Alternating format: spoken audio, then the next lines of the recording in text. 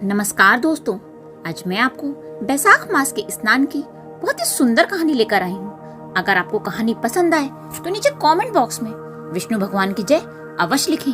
तो आइए सुनते हैं ये कहानी। बहुत समय पहले की बात है। नर्मदा नदी के किनारे एक छोटा सा गाँव था। उस गाँव में एक बुजुर्ग दंपत्ति रहते थे। उनके 2 बेटे और 2 बहुएं भी थीं। उस वैश्य का रोज का नियम था कि वो नर्मदा नदी पर स्नान करने जाते और स्नान करने के बाद 1 लोटा जल लेकर सूर्य देव को अर्पित करते। फिर बड़ पीपल और आकड़े के पेड़ को सूंघते। एक दिन उस वैश्य ने अपनी पत्नी से कहा, भगवान, कुछ दिनों से मेरी तबीयत ठीक नहीं है और कल से बैसाख का महीना लगने वाला है। मुझे लगता है कि मेरा नर्मदा नदी के पर स्नान करने का नियम टूट जाएगा। तबीयत खराब होने के कारण मैं वहाँ जा नहीं पाऊंगा। तब वैश्य की पत्नी ने कहा, आप इतने दुखी क्यों होते हो?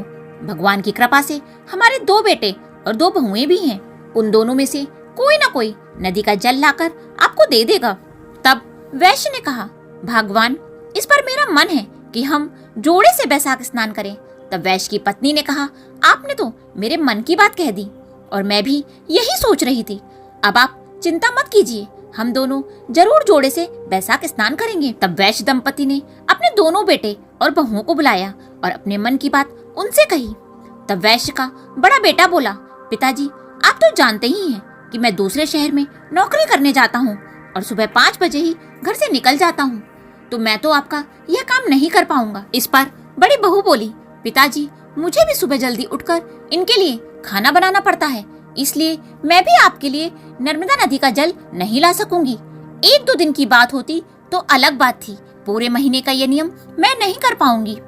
तब वैश्य के छोटे बेटे बहू बोले, पिताजी, आप दोनों चिंता मत कीजिए, हम दोनों नर्मदा नदी से रोज जल ले आएंगे। आप दोनों रोज बैसाख स्नान करना।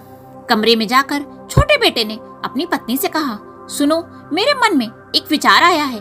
हम दोनों जल लेने के लिए नर्मदा नदी पर तो जाएंगे ही, क्यों ना हम दोनों भी जोड़े से बैसाख स्नान करें। यह सुनकर उसकी पत्नी बोली, ये तो बहुत ही अच्छी बात है। दोनों ने जाकर जब अपने मन की बात अपने माता पिता को बताई तो यह सुनकर वैश्य दंपत्ति बहुत खुश हुए। दूसरे दिन सुबह 4 बजे ही वैश्य के छोटा बेटा बहू नर्मदा नदी के तट पर पहुंच गए। दोनों ने नदी में स्नान किया और जल लेकर घर आ गए। घर आकर उन्होंने वह जल अपने माता पिता को दे दिया। फिर उस वैश्य दंपति ने 1 लोटा जल निकालकर अलग रख लिया और बाकी जल से स्नान कर लिया। फिर लोटे के जल से सूर्य देव को अर्घ दिया और बड़ पीपल और आकड़े के पेड़ को सींचा।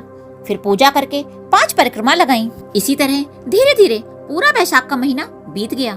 बैसाख पूर्णिमा के 1 दिन पहले वैश्य दंपति ने अपने छोटे बेटे बहू से कहा कि तुम दोनों ने भी हमारे साथ बैसाख मास का स्नान किया है। बैसाख मास के स्नान का पूर्ण फल पाने के लिए हमें 2 जोड़ा दंपति को भोजन कराना चाहिए। तब उन्होंने अपनी छोटी बहू से कहा, कल तुम अच्छा सा भोजन बना लेना और बेटा, तुम 2 जोड़ी ब्राह्मणों को गांव से बुला कर लाना, हम उन्हें भोजन कराकर दक्षिणा देंगे। तब बेटा बहू बोले, ठीक है पिताजी, आप लोग जैसा चाहते हैं वैसा ही होगा। अगले दिन सुबह छोटी बहू जल्दी उठी और भोजन तैयार किया। उसका बेटा गांव में ब्राह्मण को बुलाने गया तो रास्ते में उसे 2 ब्राह्मण और उनकी पत्नियां आती हुई दिखाई दिए। छोटे बेटे ने सोचा, ये तो हमारे गांव के नहीं लगते, शायद कोई तीर्थयात्री होंगे, क्यों ना मैं भोजन के लिए इन्हीं को घर ले चलूं। छोटे बेटे ने उनके पास जाकर उन्हें प्रणाम किया और कहा, हे ब्राह्मण देवता, आज बैसाख पूर्णिमा के दिन हमारे माता पिता जोड़े से 2 ब्राह्मण जिमाना चाहते हैं, कृपया आप मेरे साथ मेरे घर चलिए।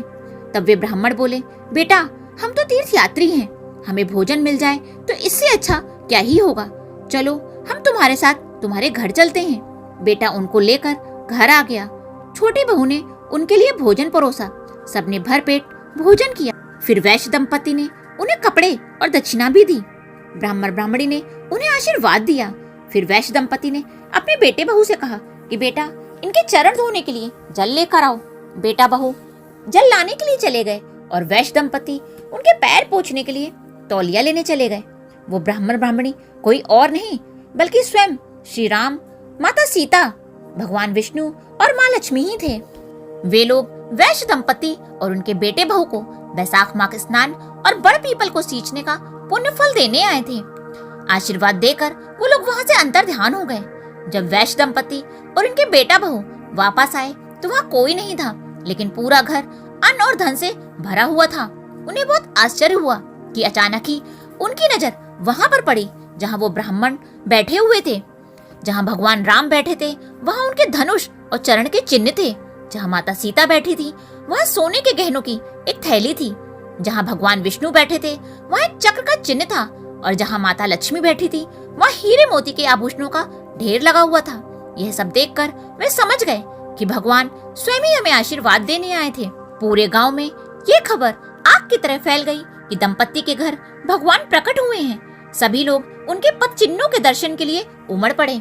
जब वैश्य दंपत्ति के बड़े बेटे बहू को ये बात पता चली तो उन्हें बहुत दुख हुआ कि अगर हम भी बैसाख मास का स्नान करते और माँ पिताजी को नर्मदा नदी का जल लाकर दे देते तो हमें भी भगवान के दर्शन होते।